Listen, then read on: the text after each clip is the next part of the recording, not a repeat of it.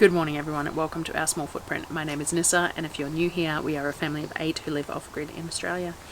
Today's video is another one in my kitchen series part that I do each month. I do 6 weekly shopping, and once I've done my shopping, I do sort of a week or two of updates of how we use the products that I buy, what I got in bulk, and how I preserve it, how I store it on my shelves, how we eat it, and that sort of thing.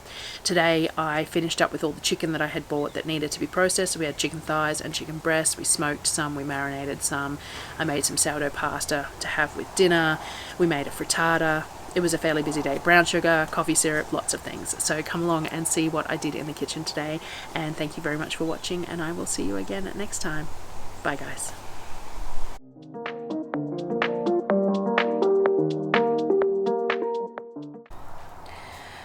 About this time of the month, I have to go through what's left in the fridge in the way of meat and make sure that anything that is getting close to its best before date is used up. So we had some chicken packages that were coming up to needing to be used, so we grabbed those out to get sorted. So first up, I pulled out the chicken thighs and I sliced them up like I always do into bits of strips. It's easier to cook them in the cast iron if they're in strips. It's quicker, more even cooking, that sort of thing. So all I did was I pulled all of them out of the trays and I sliced them into evenish sized strips for ease of cooking. By cooking the chicken now and then it has another couple of days in the fridge if I want to leave it in the fridge, or I vacuum seal it up for the freezer. So I marinated all these strips because I like to freeze it. I like to cook it marinated and then freeze it like that as well. I use pretty much my standard thing here for my chicken marinade. Jam jar of cowboy candy, some mustard or mustard powder if I don't have any mustard made up, some smoked paprika, a bit of salt and pepper, onion powder, garlic powder, that kind of thing, and just massage it through all the chicken until it was all evenly coated, and then let it sit for a while depending on when I was going to get around to cooking it. Can go into the fridge to sit if need be. I appear to not have turned the camera on in part of this, or, well, I've actually got footage of the bench with nothing on it. So I think I must have hit the button thinking I was record, then hit the button thinking I was stopping the recording, and instead have recorded nothing. So I'm just going to talk you through what I did because of this. Because I was cooking the chicken and we had lots of eggs, I decided that for brunch today, lunch for the kids, and our breakfast and lunch, I'd make frittata. Frittata is something that I make quite regularly during the summer months. It's nice and easy, uses up lots of eggs, and when we have plenty of greens and fresh veggies, it's really good. But I decided that because I was cooking up this chicken and things like that, I was going to make it today as well. I finally sliced an onion to fry off in the pan, and I fried that off with a bit of bacon till it was a little bit caramelized, and then I added chicken to it as well, sliced that up all nice and fine. So I had a really fine mix of chicken, bacon and onion all cooked up like that. I collected a bunch of kale and silver beet from the garden to use as well, and I just stripped the kale from the stems and sliced it nice and fine to go into the frittata as well. I filled the pie dishes with the chicken, the bacon, the onion, the kale and the silver beet, and I also split a tin of corn between both pie dishes and sliced some tomatoes on top. So I just halve it between the two pie dishes and fill them up a fair way with the fillings. No real measurements here, you just fill up the pie dishes that you're going to use. And then in summer I normally have cherry tomatoes halved and sprinkled over the top. We had some tomatoes left from the hamper, so I used those. But if it was in summer, I'd have little cherry tomatoes all over the top, which is lovely. I then whisk 12 eggs with some garlic powder, salt and pepper, and add 1 cup, or in this case, because I'm making 2, I just halved a tin of coconut cream between each lot. So 12 eggs to 1 cup of coconut cream. Of course, you could use normal cream or whatever you wanted to use here. We use coconut cream. So 12 eggs, 1 cup of coconut cream or half a tin of coconut cream, all whisked together, and then you pour it over the ingredients in the pie dish. Use a spoon to move the ingredients around a bit if the egg is sitting on top a little bit too much. This was a mix of duck and chicken eggs, so it's quite thick. And once it's all sitting correctly, then put it in the oven. Now, Of course, I'm using a barbecue to bake, which makes it a little bit different, and it depends on the size of your pie dish, the thickness, and all that sort of thing. I'm going to say you want to cook it at between 180 and 200 because you don't want to burn the edges before the middle sets. And you're going to need from 30 to 50 minutes depending on how thick it is. Mine was towards the end of that sort of time.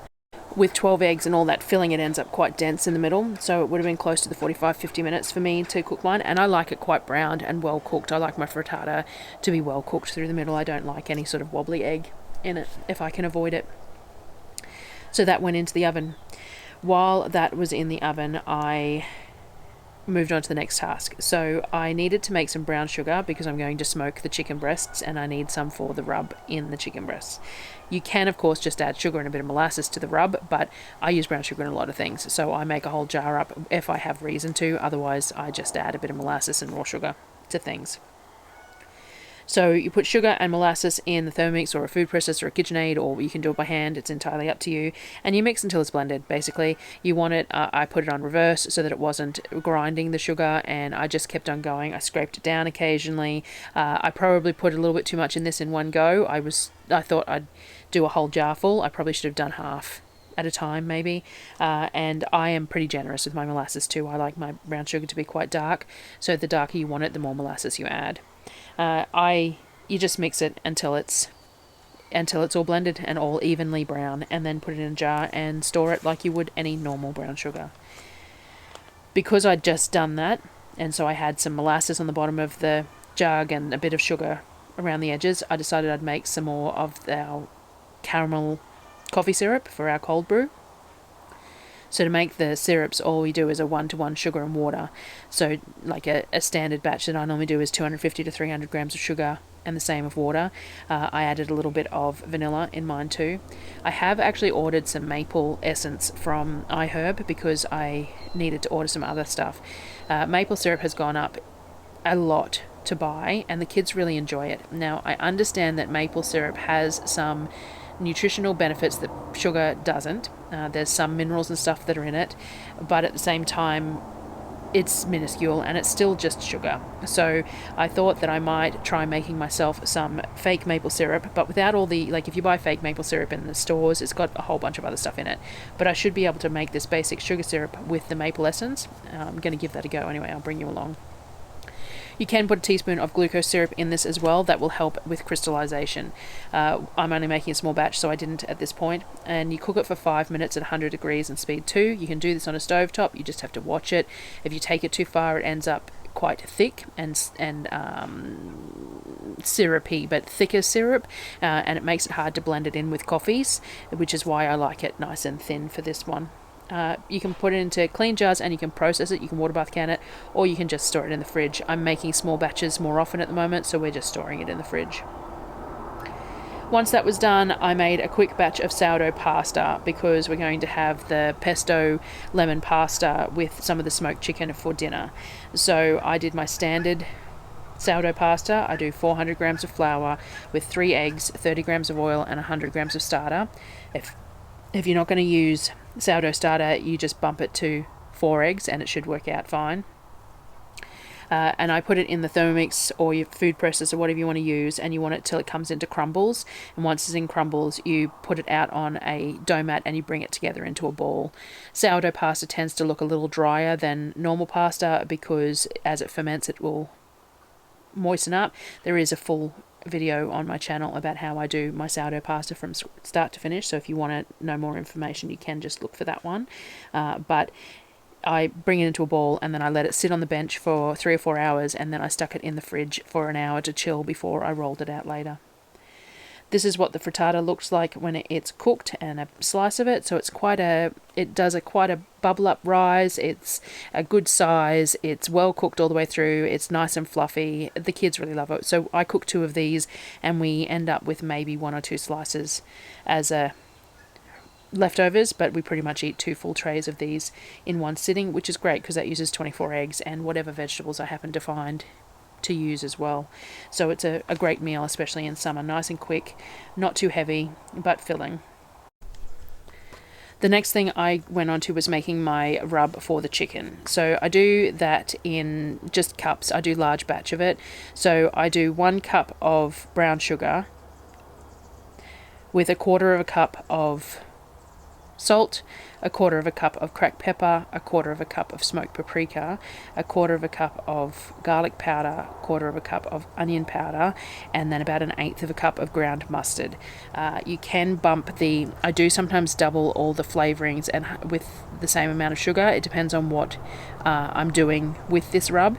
The rub is really nice in a lot of things. Mixing this with your breadcrumbs that you put on top of a tuna bake or a macaroni and cheese bake, really, really nice. I definitely suggest that one. So it can be used in a myriad of things. It can be mixed into your breadcrumbs for things. It can be used as a topping. It's a rub for smoked goods. There's a variety of things that you can do. It does have a fair bit of sugar in it, but that sugar, when it's on the chicken, helps to keep the chicken moist. Chicken breasts are quite lean, so that sugar helps keep some of the moisture in when you're smoking it, and it gives that sort of a caramelization. It's really nice. It's worth the effort, and it's worth that little bit of sugar. It's not like you're sitting there and consuming whole chicken breasts by the dozen. You're having some sliced with things, so it doesn't worry me there. You want to coat the chicken in the rub liberally and straight onto a rack. You want to get it into the little parts where the tenderloins lift up if you can, and cover it well. Try and get it to stick. I normally drizzle it with a little bit of olive oil before I dip it in the rub. I did make a little bit of a mistake here. Normally I wouldn't dip it straight into the rub in the bowl. I would pour that rub into a secondary bowl and then just keep topping that up so that the rest of the rub didn't have any chicken in it.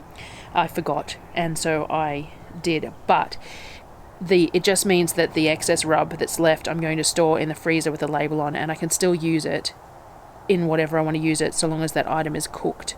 Normally I would have stuck it in a jar on the shelf, and it could have been used wherever I wanted, but because it's had raw chicken contact to it, it just means that I'll store it in the freezer, and I can still pull it out to use it, but it needs to stay in the freezer when it's not in use, and it needs to be on something that's cooked.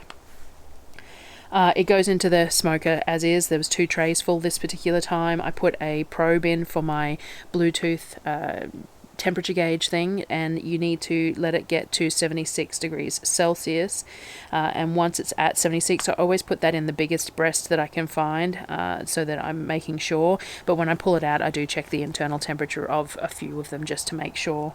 Once they're out, I put them in a baking tray and I cover it with foil and leave it in under foil until it cools enough to go into the fridge, so that it keeps that moisture in, and any of the juices end up in the bottom of the tray. And then when I slice it all, I mix that through all the juices as well before I store it. Once that was done, I rolled out the pasta for dinner. So I use my KitchenAid to roll out my pasta, just the lasagna sheet roll. I do the standard method. I take a piece and I use a rolling pin just to get it a bit thin. I put it through the KitchenAid, fold it into 3, put it through again, and start at 8, which is the thickest, go all the way down to 1. Now my KitchenAid roller is a generic brand, it's not KitchenAid brand. I think the sizing is the opposite way on the KitchenAid one from what someone told me, but either way you start at the thickest and move down in increments to the thinnest, depending on how sturdy your dough is as to how slowly you have to move in increments. And then once I've got it down to the 1, I then lay it out on my dough mat and I use a crinkle cutter to cut it individually. I don't have a cutter for the KitchenAid. I just don't know how I would use it, because you'd have to swap it out every time you do a sheet and then cut it and then a sheet, and it just wouldn't work for me. So I just manually cut it, and it works really well for us for that purpose. And then hang it on a rack, and it will hang there until I'm ready to cook it, and then it will hang there for a few hours in front of a fan, any leftovers, and they will go into the freezer once it's semi-dried. This is what the chicken looks like on the inside. So we sliced up some of this to have with the pasta. The kids have decided they do like my lemon pesto pasta now, but I made it with spirals for them, and I made a double batch so they could have it as pasta salad for lunch tomorrow. So I just there is a video, I think it's a short on here about how I make it, but it's just egg yolks, lemon juice, a bit of cowboy candy brine or fermented honey, something a little bit sweet, and a jar of pesto mixed together, and then the heat of the pasta will cook the eggs. You can add a little bit of pasta water to thin it out, a little bit of olive oil, and then I just serve it with the smoked chicken in chunks. And the kids really enjoyed it. They ate it the next day for lunch as well, and it's one of our favourite meals. So that was everything today. Thank you very much for joining me, and I will see you again next time.